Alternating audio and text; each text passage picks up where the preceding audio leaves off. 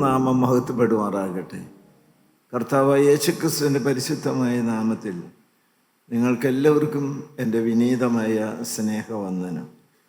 വിശുദ്ധ ലൂക്കോസിന്റെ സുവിശേഷം 22-ാം അധ്യായം 46-ാമത്തെ വാക്യം.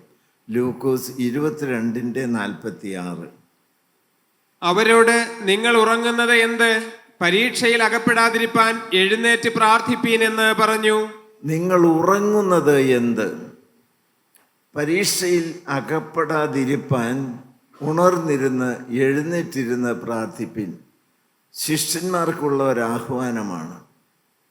ദൈവനാമം മഹത്വപ്പെടുമാറാകട്ടെ. പ്രാർത്ഥന വാസ്തവത്തിൽ ക്രിസ്തീയ ജീവിതത്തിൻ്റെ ശ്വാസമാണ്. എൻ്റെ ജീവിതം നിലനിൽക്കണമെങ്കിൽ ശ്വാസോച്ഛ്വാസം അനിവാര്യമായിരിക്കുന്നത് പോലെ ക്രിസ്തീയ ജീവിതം ചൈതന്യമുള്ളതായി മുന്നോട്ട് പോകണമെങ്കിൽ പ്രാർത്ഥന ആവശ്യമാണ്. പ്രാർത്ഥനയ്ക്ക് ഏറ്റവും പറ്റിയ മാതൃക, അനുകരണീയമായ മാതൃക കർത്താവായ യേശുക്രിസ്തു തന്നെയാണ്. കർത്താവായ യേശുക്രിസ്തു ഒരു പ്രാർത്ഥനാ വീരനായിരുന്നു. സുവിശേഷം പരിശോധിച്ചാൽ നമുക്കറിയാം. മർക്കോസിന്റെ സുവിശേഷം 1-ാം അധ്യായം 35-ാമത്തെ വാക്യത്തിൽ കർത്താവായ യേശുക്രിസ്തു അധികാലത്ത് എഴുന്നേറ്റ് പ്രാർത്ഥിച്ചു. ലൂക്കോസിന്റെ സുവിശേഷം 6-ാം അധ്യായം 12 മുതലായ വാക്യങ്ങളിൽ കർത്താവായ യേശുക്രിസ്തു രാത്രി മുഴുവൻ പ്രാർത്ഥിച്ചു.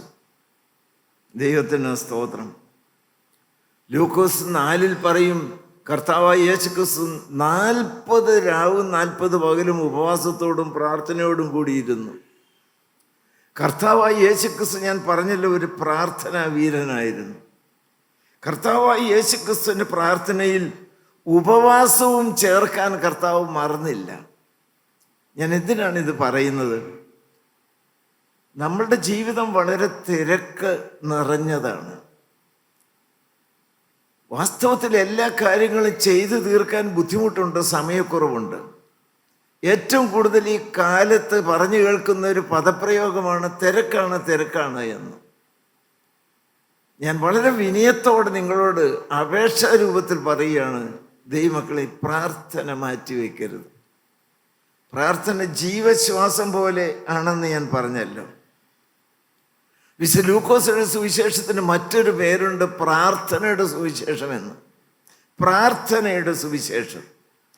കർത്താവായ യേശുക്രിസ്തുവിൻ്റെ പ്രാർത്ഥനയെക്കുറിച്ച് ഏറ്റവും കൂടുതൽ അധികം ചിത്രീകരിച്ചിരിക്കുന്നതായ ഒരു സുവിശേഷമാണ് വിശുദ്ധ ലൂക്കോസിന്റെ സുവിശേഷം. ഇന്ന് ഞാൻ ദൈവകൃപയിൽ ശരണപ്പെടുന്നത് കർത്താവായ യേശുക്രിസ്തു പ്രാർത്ഥിച്ച 4 മലകൾ. ദൈവത്തിന് സ്തോത്രം. 4 പ്രാർത്ഥനാ മലകൾ. കർത്താവായ യേശുക്രിസ്തു പ്രാർത്ഥിക്കാൻ മലയിൽ കയറി. ഏതെല്ലാമാണ് ആ 4 മലകൾ? യേശു മലയിൽ കയറിയുള്ളതായ 4 പ്രാർത്ഥനകൾ. 1 ലൂക്കോസ് 6:12. എല്ലാം ലൂക്കോസിന്റെ സുവിശേഷത്തിൽ തന്നെയാണ്. 6-ാം അധ്യായത്തിന്റെ 12-ാമത്തെ വാക്യം.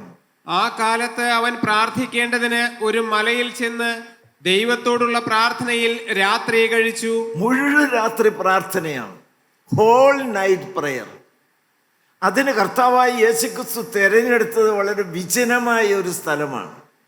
ആരും അറിയാതെ രാത്രിയുടെ ഏകാന്തതയിൽ അന്ധകാരത്തിൻ്റെ മറപറ്റി കർത്താവായ യേശുക്രിസ്തു ഒരു മലയിലേക്ക് കയറി ചെല്ലുകയാണ്. ആ മലയുടെ ഉള്ളിലേക്ക് മരങ്ങൾ ഇടതൂർന്ന് നിൽക്കുന്ന രംഗത്തേക്ക് കർത്താവായ യേശുക്രിസ്തു കടന്നു ചെന്നു. പിന്നീട് അവിടെ നിന്ന് എഴുന്നേൽക്കുന്നത് രാവിലെ നേരം വെളുത്തപ്പോഴാണ്. ദൈവത്തിന് സ്തോത്രം. ലോകം മുഴുവൻ നല്ല നിദ്രയിലാണ്, കർത്താവായ യേശുക്രിസ്തു പ്രാർത്ഥനയിലാണ്. ഇതെന്തിനാ പറഞ്ഞത്?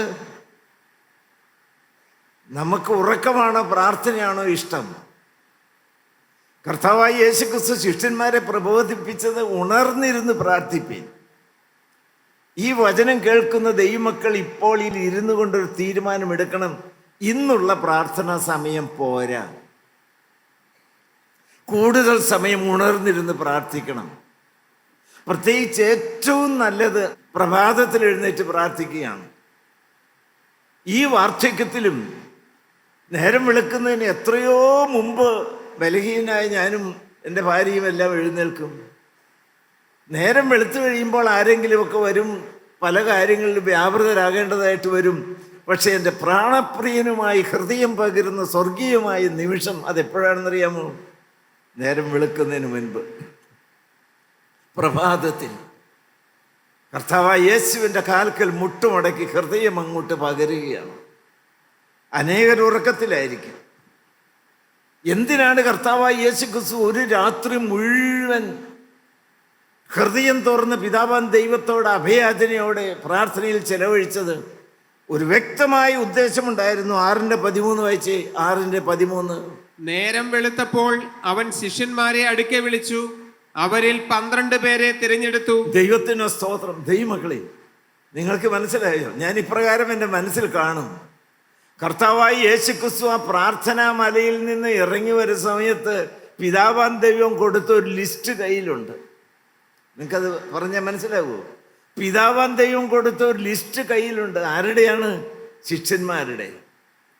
കർത്താവായി യേശു ക്രിസ്തു വേല തികച്ച് കടന്നുപോയി കഴിഞ്ഞതിന് ശേഷം ക്രൂശിൽ നിവർത്തിച്ചതായ രക്ഷണ്യ വേലയുടെ വിശദീകരണം, അതിൻ്റെതായ സകല കാര്യങ്ങളും മറ്റുള്ളവർക്ക് പറഞ്ഞു കൊടുക്കുവാൻ, ക്രൂശിലൊരിക്കൽ രക്ഷയുടെ സന്ദേശം ലോകമെമ്പാടും ഓടി നടന്ന് പ്രസംഗിക്കുവാൻ, പരമേൽപ്പിക്കുവാൻ ശിഷ്യന്മാരെ തിരഞ്ഞെടുക്കാൻ ആരെല്ലാം വേണം? തന്നോടുകൂടി ഇരിപ്പാനും പ്രസംഗിക്കേണ്ടതിന് അയക്കുവാനും വേണ്ടി ശിഷ്യന്മാരെ തിരഞ്ഞെടുത്തതിൻ്റെ ലിസ്റ്റ് സ്വർഗത്തിൽ നിന്ന് പ്രാപിച്ചു. ഒത്തിരി കാര്യങ്ങൾ എൻ്റെ മനസ്സിനകത്ത് തിങ്ങി നിറഞ്ഞു വരുന്നുണ്ട്.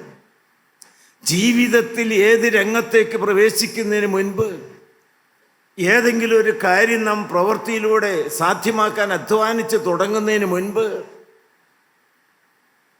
കൂട്ടായ്മയിൽ പ്രത്യേകിച്ച് ദൈവത്തിൻ്റെ സുവിശേഷ വേലക്കാരെ നാനാ സ്ഥലങ്ങളിലേക്ക് സുവിശേഷ ദൗത്യവുമായി പ്രസംഗത്തിന് പറഞ്ഞയക്കുന്നതിന് മുൻപ് സ്വർഗത്തിൽ നിന്ന് അധികാരവും സ്വർഗത്തിൽ നിന്ന് ലിസ്റ്റും പ്രാപിച്ചിരിക്കണം. സ്വർഗത്തിൽ നിന്ന് ശക്തി പ്രാപിച്ചിരിക്കണം. ഓടിച്ചെന്നൊരു കാര്യത്തിലേക്ക് കാല് വെച്ച് തുടങ്ങരുത്. എടുത്തിയാടി ഒരു കാര്യം ചെയ്യരുത്. ലൗകികമാണെങ്കിലും ആത്മീകമാണെങ്കിലും ഏത് കാര്യമാണെങ്കിലും ദൈവത്തിന് സ്തോത്രം, ദൈവത്തോട് ആലോചന ചോദിച്ച് ദൈവസന്നിധിയിൽ അനുവാദം ചോദിച്ച് തുടങ്ങാവുള്ളൂ. ഞാൻ പ്രത്യേകിച്ച് അമ്മമാരുടെ മുഖത്തേക്ക് നോക്കിക്കൊണ്ടൊരു കാര്യം പറയുകയാണ്. വക്രതയും കോട്ടവും നിറഞ്ഞ തലമുറയിലേക്കാണ് നമ്മളുടെ കുഞ്ഞുങ്ങൾ ഇപ്പോൾ പഠിക്കാൻ പോകുന്നത്. അശുദ്ധിയും അഹങ്കാരവും സകലവിധ മ്ലേച്ഛതകളും മുറ്റി നിൽക്കുന്നതായ സ്കൂളും കോളേജ് അന്തരീക്ഷത്തിലേക്ക് നമ്മളുടെ വീട്ടിൽ നിന്ന് കുഞ്ഞുങ്ങൾ ഇറങ്ങുന്നതിന് മുൻപ് നിർബന്ധമായും വചനം വായിച്ച് പ്രാർത്ഥിച്ചിട്ടേ വിടുകയുള്ളൂ എന്നൊരു നിർബന്ധം മാതാക്കന്മാർക്കുണ്ടായിരിക്കണം. അത് ചെറുപ്പം മുതലേ നിങ്ങൾ കൊടുത്താൽ അതൊരിക്കലും അവരുടെ ജീവിതത്തിൽ നിന്ന് മാറിപ്പോകുകയില്ല. അത് വചനമാണ്, ഞങ്ങളുടെ ജീവിതത്തിൽ അത് അനുഭവമാണ്. ദൈവത്തിന് സ്തോത്രം. മുറ്റം വരെ ചെന്നാൽ അയ്യോ പ്രാർത്ഥിച്ചില്ല എന്ന് പറഞ്ഞ് ഓടി വന്ന് പ്രാർത്ഥനാ മുറിയിൽ, യേശുവപ്പ ഞാൻ പോവുകയാണ്, തെറ്റുപറ്റാതെ എന്നെ കാത്തുകൊള്ളണമേ, സമാധാനത്തോടെ മടങ്ങി വരാൻ അധികം സമയം വേണ്ടല്ലോ. ദൈവത്തിൻ്റെ മഹത്വം, കർത്താവിന് സ്തോത്രം. ഒന്ന്, മുഴുരാത്രി പ്രാർത്ഥന. എന്തിനു വേണ്ടിയിട്ടാണ്? ദൈവത്തിന് സ്തോത്രം, വേലക്കാരെ നിയോഗിക്കുന്നതിന്. മാത്രമല്ല, ഏത് കാര്യം ചെയ്യുന്നതിനും തുടങ്ങുന്നതിന് മുൻപ് പ്രാർത്ഥനയോടെ നിങ്ങൾ തുടങ്ങണം. രണ്ടാമത്തെ മല ഏതാണ്? വായിച്ച് 9-ാം അധ്യായത്തിൻ്റെ 28 മുതലായിരിക്കുന്ന വാക്യങ്ങൾ, 28 മുതൽ 30 വരെ. ഈ വാക്കുകളെ പറഞ്ഞിട്ട് ഏകദേശം 8 നാൾ കഴിഞ്ഞപ്പോൾ അവൻ പത്രോസിനെയും യോഹന്നാനെയും യാക്കോബിനെയും കൂട്ടിക്കൊണ്ട് പ്രാർത്ഥിപ്പാൻ മലയിൽ കയറിപ്പോയി. ദൈവത്തിന് സ്തോത്രം. ദൈവമക്കളെ, മറുരൂപമല്ല. വായിച്ചു. അവൻ പ്രാർത്ഥിക്കുമ്പോൾ മുഖത്തിന്റെ ഭാവം മാറി ഉടുപ്പ് മിന്നുന്ന വെള്ളയായും തീർന്നു. 2 പുരുഷന്മാർ അവനോട് സംഭാഷിച്ചു. ദൈവത്തിന് സ്തോത്രം. ദൈവമക്കളെ, ദൈവനാമം മഹത്വപ്പെടുമാറാകട്ടെ. കർത്താവായ യേശു ക്രിസ്തു മലയിൽ കയറിപ്പോയി പ്രാർത്ഥിച്ചു. കർത്താവായ യേശു ക്രിസ്തു 3 ശിഷ്യന്മാരെയും കൂടെ വിളിച്ചു. ആ പ്രാർത്ഥനയിൽ അത്ഭുതം നടന്നു. കർത്താവായ യേശു ക്രിസ്തുവിൻ്റെ മുഖം സൂര്യനെ പോലെ പ്രകാശിച്ചു. വസ്ത്രം വെണ്മയായി ശോഭിച്ചു. അതിനെക്കുറിച്ച് വിവരിക്കാൻ എനിക്ക് കഴിവില്ല. നിങ്ങളുടെ ജീവിതത്തിൽ ഇത് അനുഭവിക്കണം. നമ്മളുടെ ഒരു പായിട്ട് പ്രാർത്ഥിക്കുന്ന ആ സ്ഥലം വാസ്തവത്തിൽ മറുരൂപമലയായി മാറണം. പ്രാർത്ഥിക്കാൻ ഇരുന്നത് പോലെ ഒരിക്കലും എഴുന്നേൽക്കരുത്. ദൈവത്തിന് സ്തോത്രം. കർത്താവായ യേശുക്രിസ്തുവിന്റെ മുഖം മാറി. എനിക്ക് ഊന്നിപ്പറയുവാൻ ആഗ്രഹമുണ്ട്. ഹല്ലേലൂയ. പ്രാർത്ഥന രൂപാന്തരം വരുത്തുന്നതായിരിക്കണം. നമ്മുടെ കൂട്ടായ്മയുടെ ആകെ താല്പര്യം അതാണ്. പ്രാർത്ഥന കഴിഞ്ഞ് എഴുന്നേൽക്കുമ്പോൾ പ്രാർത്ഥിക്കാൻ ഇരുന്ന വ്യക്തി ആയിരിക്കരുത്, സ്ത്രീകളാണെങ്കിലും പുരുഷന്മാരാണെങ്കിലും. കാരണം കാൽവറിയിൽ ജ്വലിക്കുന്ന സ്നേഹത്തിൻ്റെ തീ കത്തുന്നതായ ക്രൂശൻ ചോട്ടിലാണ് മുട്ടുമടക്കിയിരിക്കുന്നത്. ഏത് പച്ചമുട്ടിയെയും തീ പിടിപ്പിക്കാൻ കഴിവുള്ള കാൽവറിയിൽ കത്തി ജ്വലിച്ച സ്നേഹത്തിൻ്റെ അഗ്നി. ഇതൊരു സത്യമാതൈ മക്കളെ, അത് നമ്മുടെ മധ്യത്തിൽ ജ്വലിച്ച് പ്രകാശിക്കുന്നുണ്ട്.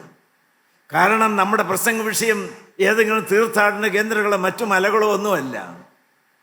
കർത്താവായ യേശുക്രിസ്തുവിൻ്റെ ക്രൂശിൻ ചുവടാണ്.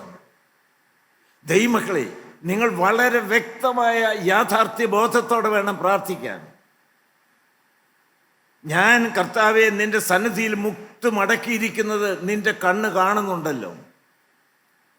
എൻ്റെ ഉള്ളത്തിൻ്റെ ഭാഷയിൽ നൊമ്പരത്തോടെ ചില കാര്യങ്ങൾ കണ്ണുനീരിൽ കുതിർത്തി വാക്കുകൾ പറയുന്ന എൻ്റെ പൊന്നു കർത്താവ് കേൾക്കുന്നുണ്ടല്ലോ. സത്യമല്ലേ അത്? He's absolutely A living reality. ഞാൻ നിങ്ങളോട് തീർത്ത് പറയുകയാണ്, എൻ്റെ കർത്താവായ യേശുക്രിസ്തു 100% ഇന്നും ജീവിക്കുന്ന ഉയർത്തെന്നേറ്റ ഒരു സജീവ യാഥാർത്ഥ്യമാണ്. നിങ്ങൾ കാണുന്ന പോലെ എൻ്റെ പൊന്നു കർത്താവ് എന്നെയും കാണുന്നു. ഞാൻ പറയുന്നത് കേൾക്കുന്നു. ആ ഭയത്തോടെയാണ് അടിയവനിലൂടെ നിൽക്കുന്നത്. നിങ്ങൾ പ്രാർത്ഥനയിൽ കത്തി ജ്വലിക്കണം. മോശ പ്രാർത്ഥിപ്പാൻ മലയിലേക്ക് കയറിപ്പോയി. മുൾമരമേറിയ എരുതിയിൽ തന്നടുവിൽ ദൈവം അവന് പ്രത്യക്ഷപ്പെട്ടു. ദൈവത്തിന് സ്തോത്രം. തീയുടെ നടുവിൽ പ്രത്യക്ഷപ്പെട്ടവനായി ദൈവത്തിൻ്റെ സന്നിധിയിൽ മോശ ആഹാരമൊന്നും കഴിക്കാതെ 40 രാവും 40 പകലും ചെലവഴിച്ചു. നിങ്ങൾക്കെല്ലാവർക്കും അറിയാം, ദൈവത്തിന് സ്തോത്രം. പുറപ്പാട് പുസ്തകം 34-ാം അധ്യായത്തിൽ മോശ മലയിൽ നിന്ന് പ്രാർത്ഥന കഴിഞ്ഞ് ഇറങ്ങി വരുമ്പോൾ ദൈവത്തിന് സ്തോത്രം വായിച്ച് 34-29 വായിച്ച് 34-28-29. അവൻ അവിടെ ഭക്ഷണം കഴിക്കാതെയും വെള്ളം കുടിക്കാതെയും 40 പകലും 40 രാവും യഹോവയോട് കൂടെ ആയിരുന്നു. അവൻ 10 കൽപ്പനയായ നിയമത്തിന്റെ വചനങ്ങളെ പലകയിൽ എഴുതി കൊടുത്തു. അവൻ തന്നോട് അരുളി ചെയ്തത് നിമിത്തം തന്റെ മുഖത്തിന്റെ ത്വക്ക് പ്രകാശിച്ചു എന്ന് മോശെ സാക്ഷ്യത്തിന്റെ പലക രണ്ടും കയ്യിൽ പിടിച്ചുകൊണ്ട് സീനായി പർവ്വതത്തിൽ നിന്ന് ഇറങ്ങുമ്പോൾ അറിഞ്ഞില്ല. ദൈവത്തിനും വേറെ മോശക്കൊന്നും അറിയാൻ വയ്യ, പക്ഷേ നോക്കാൻ വയ്യ അങ്ങോട്ട്. ദൈവത്തിന് തീയല്ലോ ഈ മധുഭവ തീ കത്തുന്നു എന്ന് പറയുന്ന പോലെ തീയായിരിക്കുന്ന ദൈവത്തിൻ്റെ സന്നിധിയിൽ പാവപ്പെട്ട ഒരു മനുഷ്യൻ പ്രാർത്ഥനയോടും ഉപവാസത്തോടും കൂടി ഇരുന്നപ്പോൾ ആ സ്നേഹത്തിൻ്റെയും വിശുദ്ധിയുടെയും പരിശുദ്ധാത്മാവിൻ്റെയും തീ ഈ പ്രാർത്ഥിക്കുന്ന വ്യക്തിയിലേക്ക് പടർന്നു പിടിച്ചു, ജ്വലിച്ചു. ആളുകൾക്ക് നോക്കാൻ വയ്യ, മൂടുപടമിടാൻ പറഞ്ഞു. നമ്മളും അങ്ങനെ ആകണം ദൈവമക്കളെ. അല്ല, ഇവിടെ കറുത്തവരോ വെളുത്തവരോ കണ്ടാ ഭംഗിയില്ലാത്തവരോ ആരുമായിക്കൊള്ളട്ടെ, പക്ഷെ വിശുദ്ധിയുടെ തേജസ് വെട്ടിമിന്നുന്ന ദിവ്യ സ്വഭാവത്തിൻ്റെ പങ്കാളികളായി നമ്മൾ ഓരോരുത്തരും അങ്ങ് തീരണം. വേറെ ഒന്നും ഞങ്ങൾ പറയുന്നില്ലല്ലോ. ഹല്ലേലൂയ. ദൈവത്തിന് സ്തോത്രം, ദൈവത്തിന് സ്തോത്രം. ദൈവമക്കളെ, പ്രാർത്ഥനയിൽ നമുക്ക് രൂപാന്തരം പെടണം. ഞാൻ അല്പം വേദനയോടെ പറഞ്ഞോട്ടെ, ഇത്രയും കാലമായിട്ട് ജീവിതത്തിൽ ഒരു രൂപാന്തരം സംഭവിക്കാത്ത അനേകരുണ്ടല്ലോ, പ്രകൃതി മാറാത്ത അനേകരുണ്ടല്ലോ, പച്ചമുട്ടി പോലെ കരിക്കട്ട പോലെ ഇരിക്കുന്ന അനേകരുണ്ടല്ലോ. കാൽവറിയിൽ തീയില്ലേ? കാൽവറിയിലെ തീ ഒരിക്കലും കെട്ടുപോകുകയില്ലല്ലോ. ദൈവത്തിന് സ്തോത്രം. ദൈവമക്കളെ, എന്തുകൊണ്ടാ തീ കത്താന്നറിയാമോ? പ്രാർത്ഥനയില്ല. Less prayer less power, more prayer more power. ദൈവത്തിന് സ്തോത്രം. ഈ ചാർജ് ചെയ്യുന്ന ബാറ്ററി ഇട്ടതായിരിക്കുന്ന ടോർച്ച്, ദൈവമക്കളെ, അത് ഇടയ്ക്കിടയ്ക്ക് ചാർജ് ചെയ്യണം എപ്പോഴും. നിങ്ങൾ അതുപോലെ ദൈവമായിട്ട് പിരിയാത്തായിരിക്കുന്ന ഒരു ബന്ധം. ഞാൻ അതൊക്കെ പറയണോ എനിക്ക് അറിഞ്ഞുകൂടാ. അരുമനാഥന്റെ തിരുവിലാവ് എന്നെ സംബന്ധിച്ചിടത്തോളം ചാർജ് ചെയ്യാൻ കുത്തുന്ന ഒരു പ്ലഗ് പോലെയാണ്. എന്നെ അങ്ങ് ചെറുതാക്കി അരുമനാഥന്റെ തുറക്കപ്പെട്ട തിരുവിലാവെങ്കിലും ഒളിപ്പിക്കണം കർത്താവേ. അവിടെ ജീവരക്തം വാർന്നൊലിക്കുന്നുണ്ട്. ഞാനിത് ഭംഗിയായിരിക്കുന്ന അലങ്കാരിക ഭാഷയൊന്നുമല്ല പറയുന്നത്. ഹല്ലേലൂയ, ദൈവത്തിന് സ്തോത്രം. അവിടെ എഴുന്നേൽക്കുമ്പോൾ ത്വക്ക് പ്രകാശിക്കണം. Prayer changes everything. പ്രാർത്ഥിക്കുന്ന വ്യക്തിയുടെ ജീവിതത്തിൽ അലകും പിടിയും മാറും. ഹല്ലേലൂയ, ദൈവത്തിന് സ്തോത്രം. കുറെ നേരം കഴിഞ്ഞപ്പോഴേക്കും പത്രോസ്ലിയ പറഞ്ഞുപോയി, നാം ഇവിടെ ഇരിക്കുന്നത് നല്ലത്, എഴുന്നേറ്റ് പോരാൻ തോന്നുന്നില്ല. ദൈവ സാന്നിധ്യത്തിന്റെ സുഖം വേർത്ത് കുളിച്ച് വരുമ്പോൾ, നല്ല AC മുറിക്കകത്തേക്ക് കയറുമ്പോൾ കിട്ടുന്നൊരു സുഖം പോലെ അരുമനാഥന്റെ കാൽക്കൽ വീണ് കിടക്കുമ്പോൾ ആ സ്വർഗീയമായിരിക്കുന്ന തലോടന്റെ സുഖവും സ്നേഹത്തിന്റെ സ്വാന്തനവും തണുപ്പ് നിങ്ങൾക്ക് അനുഭവിക്കാൻ സാധിക്കുന്നുണ്ടോ? ഏത് ദുഃഖത്തിൻ്റെയും വേദനയുടെയും നെടുവീർപ്പിൻ്റെയും മധ്യത്തിൽ പ്രാണപ്രിയനായ പൊന്നു കർത്താവായ യേശു ക്രിസ്തുവിന്റെ സ്നേഹ സാന്നിധ്യത്തിന്റെ ചൂട് ആ കാൽക്കളൊന്ന് കൗണ് ഉയർന്നുകൊണ്ട് പാവിനിയായ സ്ത്രീയെപ്പോലെ കാൽപാദം ഒന്ന് ചുംബിക്കുമ്പോൾ പകർന്നു കിട്ടുന്ന സ്വർഗീയമായിരിക്കുന്ന ശക്തിയും ശാന്തിയും സമാധാനവും. ദൈവമക്കളെ, ഇതൊക്കെ വാക്കുകളുടെ കസരത്തല്ല പറയുന്നത്, ഇത് നിങ്ങൾ അനുഭവിക്കണം. രക്തസ്രാവസ്ത്രീ യേശുവിനെ തൊട്ടപ്പോൾ ഒരു വലിയ കരണ്ട് വ്യാപരിക്കുന്ന പോലെ വ്യാപരിച്ചു. അതൊരു യാഥാർത്ഥ്യമല്ലേ? പട്ടണത്തിലേക്കും പാപിനിയായിരിക്കുന്ന സ്ത്രീ ശീമയോന്റെ ഭവനത്തിൽ ഇരിക്കുന്ന കർത്താവായ യേശുക്രിസ്തുവിന്റെ കാൽക്കൽ കണ്ണുനീര് കൊണ്ട് കാല് നനച്ച് വീണ് കിടന്ന് ഹൃദയം പകർന്നപ്പോൾ എഴുന്നേറ്റ് ആരായിട്ടാണ്? ഈ പ്രാർത്ഥനാ ഹോൾ രൂപാന്തരപ്പെടുന്ന മറുരൂപമലയാണ്. ദൈവത്തിന് സ്തോത്രം. അവിടെ നിന്ന് എന്താണ് മുഴങ്ങി കേൾക്കുന്നത്? മോശയുണ്ട്, ഏലിയാവുണ്ട്, പക്ഷെ സ്വർഗത്തിൽ നിന്നൊരു ശബ്ദം, ഇവൻ എൻ്റെ പ്രിയപുത്രൻ, ഇവന് ചെവി കൊടുക്കുകയും. ദൈവത്തിന് സ്തോത്രം. ഞങ്ങൾക്ക് വേറെ ഒന്നും പറയാനില്ല. ഞങ്ങളെ ബഹുമാനിക്കണമെന്നോ ഞങ്ങളെ ആദരിക്കണമെന്നോ ഞങ്ങളെ പൂജിക്കണമെന്നോ 1% പോലും ഇല്ല. അരുത് എന്ന് തീർത്ത് പറയുകയാണ്. പൂജിക്കാനും മാനിക്കാനും ബഹുമാനിക്കാനും ആരാധിക്കാനും യോഗ്യനായിരിക്കുന്ന ഒരുത്തൻ മാത്രമേ ഉള്ളൂ. സ്വർഗം സാക്ഷിക്കുന്നു, യേശു. അവനെ മാത്രമാണ് ഉയർത്തുന്നത്. അവങ്കിലേക്ക് നോക്കിയാൽ, മോശയിലേക്ക് നോക്കിയാൽ പ്രകാശിതരാകില്ല, ഏലിയാവിലേക്ക് നോക്കിയാൽ പ്രകാശിതരാകില്ല, തീർത്ഥാടന പുണ്യസ്ഥലങ്ങളിലേക്ക് നോക്കിയാൽ പ്രകാശിതരാകുകയില്ല. വളരെ വ്യക്തമായി നിങ്ങളോട് പറയട്ടെ, നിങ്ങളുടെ കണ്ണുകൾ എല്ലാ സ്ഥലത്തു നിന്ന് പറിച്ച് ദൈവത്തിന് സ്തോത്രം കാൽവറിയിൽ കത്തി എരിഞ്ഞ് വേദനയോടെ വിടയുന്ന യേശുവിലേക്ക് നോക്കാം. ആ രക്തം ഇപ്പോൾ ഗുണകരമായി സംസാരിക്കും. ദൈവത്തിന് സ്തോത്രം. ആ രക്തം നിങ്ങളുടെ ജീവവസ്ത്രം കഴുകിത്തരും. ദൈവത്തിന് സ്തോത്രം. പ്രസംഗത്തിന്റെ വാക്കുകളല്ല പറയുന്നത്. കുഞ്ഞാടിന്റെ തങ്കച്ചോരയ്ക്ക് കഴുകി വിശുദ്ധീകരിക്കാൻ സാധ്യമല്ലാത്ത കറപറ്റിയ ജീവിതമായിട്ട് ആരെങ്കിലും ഇവിടെ വന്നിട്ടുണ്ടോ? ആ രക്തം ഇപ്പോൾ നിങ്ങളെ കഴുകട്ടെ. ആ രക്തം നിങ്ങളെ രൂപാന്തരപ്പെടുത്തട്ടെ. കാൽവറിൽ കത്തിയ സ്നേഹത്തിന്റെ തീ നിങ്ങളെ ജ്വലിപ്പിക്കട്ടെ. പൊന്തികുസ്തിൽ ഇറങ്ങിയതായ പരിശുദ്ധാത്മാവിന്റെ അഗ്നി നിങ്ങളിൽ കത്തി ജ്വലിക്കട്ടെ. അങ്ങനെ നമ്മൾ വാസ്തവത്തിൽ ജ്വലിക്കുന്നതായ ദീപസ്തംഭങ്ങളായി മാറട്ടെ. സുവിശേഷത്തിന് ദീപശിഖ നമ്മളിൽ കത്തട്ടെ. ദൈവത്തിന് സ്തോത്രം. 1 മുഴുരാത്രി പ്രാർത്ഥനയുടെ മല, 2 മറുരൂപമല, 3 ഏതാണ്? ലൂക്കോസ് 22:39 മുതൽ വായിച്ച് ലൂക്കോസ് 22:39 മുതൽ. അത് ഏത് മലയാണ്? പിന്നെ അവൻ പതിവ് പോലെ ഒലിവുമലയ്ക്ക് പുറപ്പെട്ടു പോയി. ഒലിവുമല, 3ാമത്തെ മല ഒലിവുമല. യേശു പ്രാർത്ഥിക്കാൻ വേണ്ടി അങ്ങോട്ട് പോവുകയാണ്. വായിച്ചു. ശിഷ്യന്മാരും അവനെ അനുഗമിച്ചു. ആ സ്ഥലത്തെ എത്തിയപ്പോൾ അവൻ അവരോട്, നിങ്ങൾ പരീക്ഷയിൽ അകപ്പെടാതിരിപ്പാൻ പ്രാർത്ഥിപ്പീൻ എന്ന് പറഞ്ഞു. ദൈവത്തിന് സ്തോത്രം. ദൈവമക്കളെ, ഞാൻ വായിക്കാൻ സമയമെടുക്കുന്നില്ല. പിന്നെ കർത്താവായ യേശു ക്രിസ്തു ശിഷ്യന്മാരെ വരെ എടുത്തിരുത്തിയതിനു ശേഷം മുന്നോട്ട് പോയി കവിണ് വീണ് പ്രാർത്ഥിച്ചു. ഞാൻ പ്രാണവേദനയിലായിരിക്കുന്നു, ഞാൻ അതിദുഃഖത്തിലായിരിക്കുന്നു. ദൈവത്തിന് സ്തോത്രം. കർത്താവ് പിതാവാൻ ദൈവത്തിന്റെ കാൽക്കൽ അങ്ങ് വീണ് ഹൃദയം അങ്ങ് പകർന്നു. ഹല്ലേലൂയ, ദൈവത്തിന് സ്തോത്രം. ദൈവമക്കൾക്ക് കാര്യം അറിയാമല്ലോ. എനിക്ക് അനുഭവത്തോട് ചേർത്തിയുള്ള കാര്യങ്ങൾ ഈ രംഗവുമായി ബന്ധപ്പെട്ട് നിങ്ങളെ ഓർപ്പിക്കുവാനായിട്ടുണ്ട്. ദൈവത്തിന് സ്തോത്രം. കർത്താവായ യേശു ക്രിസ്തു ശിഷ്യന്മാരോട് പറഞ്ഞു, ഞാൻ അതിവേദനയിലാണ്. ഞാനൊരിക്കൽ ഒരു പുസ്തകത്തിൽ വായിച്ചു, കർത്താവായ യേശു ക്രിസ്തു കാൽവറിയിലെ മരക്കുരിശിൽ അനുഭവിച്ച വേദനയേക്കാൾ കൂടുതൽ അനുഭവിച്ചത് ഗെത്സമനയിലാണ്. ശരീരത്തിൻ്റെ സകല ഞരമ്പുകളും വെയിൻലെറ്റ്സ് മുഴുവൻ അങ്ങ് പൊട്ടി, സകല രോമകൂപങ്ങളിൽ കൂടിയും രക്തം വിയർപ്പ് പോലെ ഒഴുകി വന്നു. അവിടെ പറഞ്ഞിരിക്കുന്ന വലിയ തുള്ളി ചോര പോലെ യേശുവിൻ്റെ രക്തം നിലത്ത് വീണു. അത്രമാത്രം വേദനയിലും നെടുവീർപ്പിലും ദുഃഖത്തിലും സങ്കടത്തിലുമാണ് കർത്താവായ യേശു ക്രിസ്തു. അങ്ങനെ ജീവിതത്തിൽ വേദന ഈമ്പി കുടിച്ചുകൊണ്ട് വന്നവരാരെങ്കിലും ഇത് കേൾക്കുന്നുണ്ടോ? എങ്ങനെ മുന്നോട്ട് പോകും? മറ്റാരും അറിയുന്നില്ല. ആന്തരികമായ വേദനയുണ്ട്, ശാരീരികമായിരിക്കുന്ന വേദനകളുണ്ട്, സാമ്പത്തികമായിരിക്കുന്ന ഞെരുക്കങ്ങളുണ്ട്, ഭർത്താവിൽ നിന്നോ ഭാര്യയിൽ നിന്നോ മക്കളിൽ നിന്നോ വന്ന ആ എതിർപ്പുകളുടെ വേദന പേറിക്കൊണ്ട് നടക്കുന്ന മനുഷ്യജീവിതം മുന്നോട്ട് കൊണ്ടുപോകാൻ ഭാരപ്പെടുന്ന ദൈവമക്കളുണ്ട്. ദൈവമക്കളെ, ഒരു രഹസ്യം നിങ്ങൾക്ക് പറഞ്ഞു തരാം. ഈ വാർദ്ധക്യത്തിൽ വന്ന ജീവിതത്തിൻ്റെ അനുഭവത്തോട് ചേർത്ത് പറയട്ടെ, അങ്ങ് വീഴ് ദൈവമക്കളെ. Hallelujah, hallelujah. നിങ്ങളങ്ങ് തകർന്ന് വീഴ്. കർത്താവേ, എനിക്ക് മുന്നോട്ട് പോകാൻ നിവൃത്തിയില്ല, ഒരു കാലടി എടുത്തു വയ്ക്കാൻ എനിക്ക് സാധിക്കുന്നില്ല, ഒരു വാക്ക് പറയാൻ പോലും ഉരുത്തിരിഞ്ഞു വരുന്നില്ല, എനിക്ക് നെടുവീർപ്പാണ് കർത്താവേ, മുഴുവൻ കണ്ണുനീരാണ് കർത്താവ്, രാത്രിയിൽ ഉറക്കമില്ല കർത്താവ്, ഞാനിത് ആരോട് പറയും? Hallelujah, hallelujah.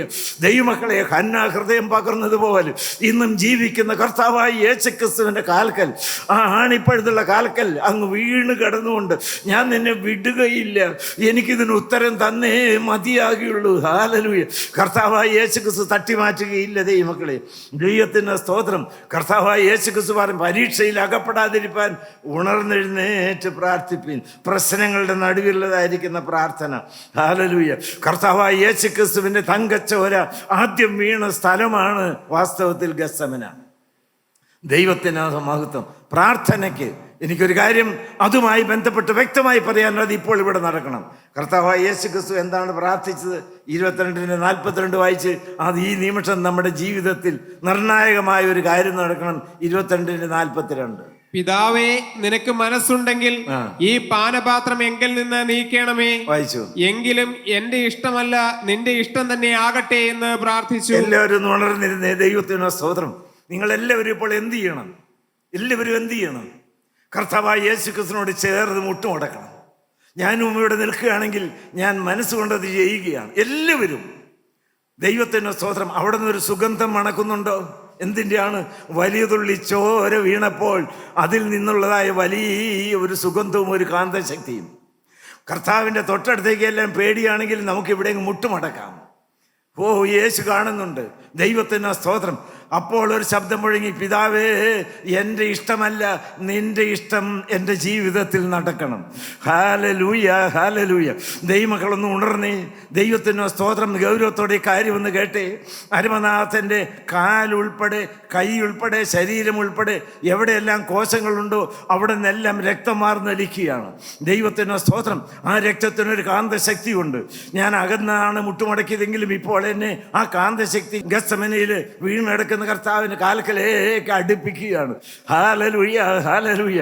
വിറയ്ക്കുന്ന കൈകൾ കൊണ്ട്, വിശ്വാസത്തിന്റെ കരങ്ങൾ കൊണ്ട് അരുമനാഥന്റെ കാൽപാദം ഒന്ന് തൊട്ടുകൊണ്ട് നിങ്ങൾക്കിപ്പോൾ നിർണായകമായ ഒരു തീരുമാനം എടുക്കാമോ?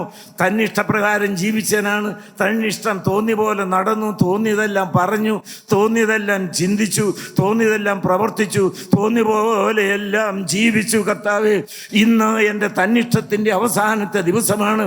അരുമനാഥന്റെ രക്തം നനഞ്ഞതായ ആ കാൽപാദം പിടിച്ചുകൊണ്ട് നിർണായകമായ മരണപര്യന്തമുള്ള ഒരു തീരുമാനം ഞാൻ എടുക്കുകയാണ്. Hallelujah, hallelujah, hallelujah. എന്താണ് ആ തീരുമാനം? എന്താണ് ആ തീരുമാനം? തന്നിഷ്ടം താഴെ വെച്ച് പൊന്നിഷ്ടത്തിന് എന്നെ തന്നെ സമർപ്പിക്കുന്നു.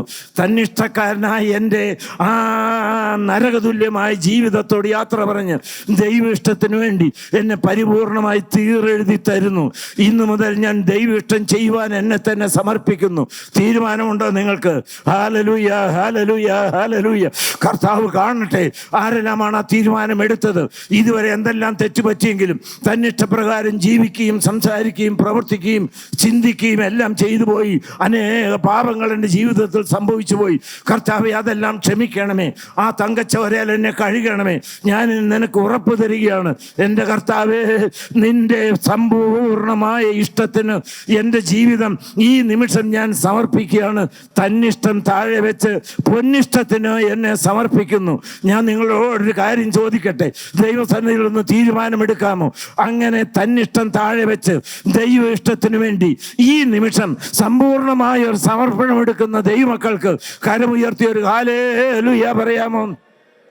തീരുമാനമുണ്ടോ? Hallelujah, hallelujah, hallelujah, hallelujah, hallelujah, hallelujah, hallelujah. പാപം താഴെ വീഴട്ടെ, തന്നിഷ്ടം താഴെ വീഴട്ടെ, രക്തം കഴുകട്ടെ, ഹല്ലേലൂയ. മോചനം ഒഴുകി വരട്ടെ, കരിക്കട്ട തീ പിടിക്കട്ടെ, ദൈവപ്രകാരം ജീവിക്കുന്നതായ ഒരു കൂട്ടമായി എഴുന്നേൽക്കട്ടെ. നന്ദിയോടെ സ്തോത്രം. ഹല്ലേലൂയ, ദൈവത്തിന് സ്തോത്രം. 1 മുഴുരാത്രി പ്രാർത്ഥനയുടെ മല, 2 രൂപാന്തരപ്പെടുന്ന മറുരൂപമല, 3 ദൈവ ഇഷ്ടത്തിന് സമർപ്പിക്കുന്ന ഈ ഒലിവുമല. 4 ഏതാണ്? നിങ്ങൾക്ക് എല്ലാവർക്കും അറിയാം. വായിച്ച് ലൂക്കോസ് 23:33-34 വായിച്ച്. തലയോടിടമെന്ന സ്ഥലത്ത് എത്തിയപ്പോൾ ഗോകുൽത്താമല, കാൽവറി മല വായിച്ചു. അവർ അവിടെ അവനെയും ദുഷ്പ്രവർത്തിക്കാരെയും ഒരുത്തനെ വലത്തും ഒരുത്തനെ ഇടത്തുമായി ക്രൂശിച്ചു. എന്നാൽ യേശു പിതാവേ, ഇവർ ചെയ്യുന്നത് ഇന്നത് എന്ന് അറിയായ്ക കൊണ്ട് ഇവരോട് ക്ഷമിക്കണമേ എന്ന് പറഞ്ഞു. ഹല്ലേലൂയ, ദൈവത്തിന് സ്തോത്രം, ദൈവത്തിന് സ്തോത്രം. ഗെത്സമനയിൽ നിന്ന് കർത്താവായ യേശു എഴുന്നേറ്റു. ഇപ്പോൾ കർത്താവായ യേശു ക്രിസ്തു കാൽവറിയിലെ 3 ആണികൾ തൂങ്ങിക്കിടക്കുകയാണ്. നമുക്ക് അങ്ങോട്ടൊന്ന് ചെല്ലാം. Hallelujah, hallelujah. എല്ലാവരും ദൈവത്തിന് മനനത്തിൽ മനസ്സുകൊണ്ട് അങ്ങോട്ടൊന്ന് വന്നേ. രക്തം വാർന്നൊലിച്ച് കിടക്കുന്ന യേശുവിനെ നിങ്ങൾ കണ്ടോ? ആ വേദനിക്കുന്ന കണ്ണുകൊണ്ട് കർത്താവ് എന്നെ കാണുന്നുണ്ട്. ക്രൂശിൻ ചൂട്ടിലേക്ക് അടുത്ത് വന്നാൽ, ഒന്ന് ചെവി അടുപ്പിച്ച് പിടിച്ചാൽ ഒരു ശബ്ദം കേൾക്കാം. ചെല്ലുന്നവർക്ക് ശബ്ദം കേൾക്കാം. പിതാവേ, ഈ വന്നിരിക്കുന്ന മകനോട് ക്ഷമിക്കണമേ. പിതാവേ, ഈ വന്നിരിക്കുന്ന മകളോട് ക്ഷമിക്കണം. Hallelujah, hallelujah. പാവമുള്ള ആരെങ്കിലും ഇത് കേൾക്കുന്നുണ്ടോ? ഹല്ലേലൂയ. ഒന്ന് വന്നേ ദൈവമക്കളെ, ആ ശബ്ദം ഒന്ന് കേൾക്കുന്നുണ്ടോ? കർത്താവിൻ്റെ മഹത്വം. അപ്പോൾ അന്ന് പ്രാർത്ഥിച്ചപ്പോൾ ഞാനും അവിടെയുണ്ട്. പിതാവേ, ഇവരോട് ക്ഷമിക്കണമേ. ഹല്ലേലൂയ. പാപക്ഷമ ഒഴുകി വരുന്ന കാൽവറി മല, സ്വർഗരാജ്യത്തിലേക്കുള്ള വാതിൽ തുറന്നതായ മല. Hallelujah, hallelujah. തിരുവിലാവ് കുത്തി തുറന്ന് മനുഷ്യവർഗത്തിന് വേണ്ടി രക്ഷയ്ക്ക് വേണ്ടിയുള്ളതായ ആ രക്തം വാർന്നൊലിക്കുന്നതായ ഉറവ തുറന്നതായ മല. ആ ക്രൂശിനെ നിങ്ങളൊന്ന് കെട്ടിപ്പിടിച്ചോ? ഹല്ലേലൂയ, നന്ദിയോടെ സ്തോത്രം. ആ ക്രൂശിൻ്റെ ആ രക്തത്തിൻ്റെ ശക്തിയുടെ വ്യാപാരത്തിൽ നിങ്ങൾ വിശ്വസിച്ചോ? ക്രൂശിനെ വിശ്വാസത്തിൻ്റെ കരം കൊണ്ട് ഒന്ന് കെട്ടിപ്പിടിച്ചുകൊണ്ട് ഹല്ലേലൂയ, നന്ദിയോടെ സ്തോത്രം. നമുക്ക് നമ്മുടെ പ്രിയപ്പെട്ട യോഹന്നാൻ സാറ് ചൊല്ലിത്തന്ന പ്രാർത്ഥന ഒന്ന് ചൊല്ലാമോ? യേശുവേ, നീ എനിക്ക് വേണ്ടി മരിച്ചതിനാൽ ഇന്നു മുതൽ ഞാൻ നിനക്ക് വേണ്ടി ഒരു വിശുദ്ധനായി ജീവിക്കും. Hallelujah, hallelujah, hallelujah. തീരുമാനമുള്ളവർ സ്വർഗം കേൾക്കുക വാക്കെന്ന് പറഞ്ഞ്, എൻ്റെ യേശുവേ, നീ എനിക്ക് വേണ്ടി മരിച്ചതിനാൽ ഹല്ലേലൂയ, ഇന്നു മുതൽ ഞാൻ നിനക്ക് വേണ്ടി ഒരു വിശുദ്ധനായി ജീവിക്കും. ആ തീരുമാനത്തോടെ എഴുന്നേൽക്കുക. ദൈവം നിങ്ങളെ അനുഗ്രഹിക്കട്ടെ. ദൈവനാമം മഹത്വപ്പെടുമാറാകട്ടെ. സ്തോത്രം.